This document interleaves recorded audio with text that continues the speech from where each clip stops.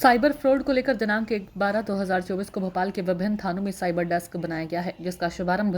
Bhopal police commissioner Harinarayan Chari मिश्र द्वारा थाना हबीबगंज में किया गया। अब आम जनता को परेशानी नहीं उठानी पड़ेगी, जिसका हर थाने में एक साइबर डेस्क बना दिया है। अब किसी के साथ हुए फ्रॉड का तत्काल निकाल होगा, जिसमें शुभारंभ के दौरान अतिरिक्त पुलिस आयुक्त साइबर पंकज श्रीवास्तव, डीसीपी मुख्यालय Shraddha Tiwari, DCP crime Akhil Patel, DCP zone 1 Priyanka Shukla, DCP zone 2 Sanjay Agrawal, DCP zone 3 Riyaz Iqbal, DCP zone 4 Jitendra Pawar, additional DCP Rashmi Agrawal Dubey,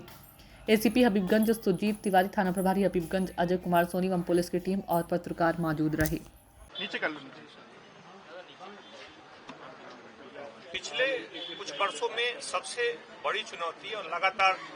तेजी से बढ़ती हुई चुनौती जिसने अपराधों के स्वरूप को प्रभावित किया है वो साइबर क्राइम है। पिछले दिनों माननीय मुख्यमंत्री महोदय ने भी इसके लिए निर्देश दिया था कि पुलिस इसके लिए कमर कसकर अपने तैयार करे और बढ़ती हुई चुनौतियों के अनुरूप और ज्यादा से ज्यादा बेहतर अपने को संसाधनों से युक्त करे। उसी कड़ी में आज भोपाल में पहली बार, प्रदेश में पहली बार यहाँ के जितने भी थाने हैं सभी थानों में एक साइबर डेस्क की शुरुआत की जा रही है।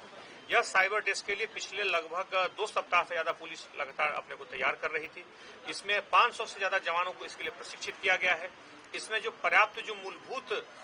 जो संसाधन है उन संसाधनों को थानों में उपलब्ध कराया गया है। खासतौर पे मोबाइल के लिए जो सीयर जो पोर्टल है, खासतौर पे नेशनल जो हमारा एनसीपीआर का जो पोर्टल है और समन्वय जो पोर्टल है, इस तरह के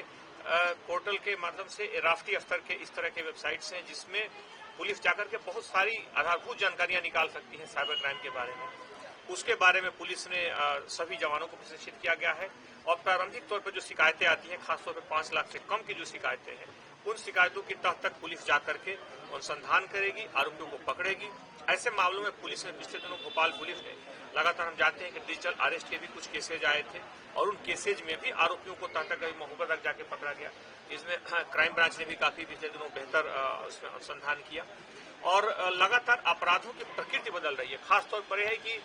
अलग अलग तरीकों की अगर हम बात करें तो पिछले दिनों इसका जब वर्गीकरण किया गया, इनको अलग अलग निर्धारित किया गया किस किस तरह के मॉडस ऑपरेंडी हैं, तो इसमें 50 से ज्यादा अलग अलग तरीकों का उपयोग करके साइबर क्रिमिनल्स ने अपराधों के प्रति लोगों को ठगा था, लोगों को धोखाधड़ी का शिकार बनाया था। इसलिए पुलिस जागरूकता के साथ साथ इस तरह के डेस्क की स्थापना करने के पीछे, यह पहल करने के पीछे पुलिस की भावना है कि लोगों को तत्काल तत्परता से इसमें राहत दिलवाई जा सके और इसके लिए पर्याप्त प्रशिक्षण और अनुसंधान, खासतौर पर अनुसंधान के जो सॉफ्टवेयर हैं वो दोनों चीजें यहाँ पर थाना स्तर पर उपलब्ध कराई गई। एक थाने में, प्रत्येक थाने में औसतन 10 जवान कम से कम इसके लिए प्रशिक्षित हैं, लेकिन ये संख्या कई थानों में ज्यादा भी है और यह एक अनवरत प्रक्रिया है जो आने वाले दिनों में भी लगातार चलेगी। खासतौर पे जिस तरह की चुनौतियां बढ़ी हैं, हम देखें कि पिछले दिनों जो कुछ अपराधियों की बड़ी टीमों को पुलिस ने पकड़ा था और जब गई तो उसमें खास जो उल्लेखनीय बात थी कि उस गांव में उन अपराधियों को पुलिस ने भले अपने केस में पकड़ा, लेकिन इनकी संख्या उस गांव में 1000, 1500, 2000 तक एक एक गांव में ऐसे साइबर क्रिमिनल्स की संख्या पाई गई। इस तरह के बड़े ऑर्गेनाइज क्राइम से लड़ने के लिए आवश्यक है कि पुलिस के प्रशिक्षण और अनुसंधान का स्तर भी उतना व्यापक हो। उसको ध्यान में रखते हुए साइबर सेल काफी प्रभावी सिद्ध होगा। सर, डिजिटल अरेस्ट को लेकर हम बात करें तो वो वर्ग ठगा जा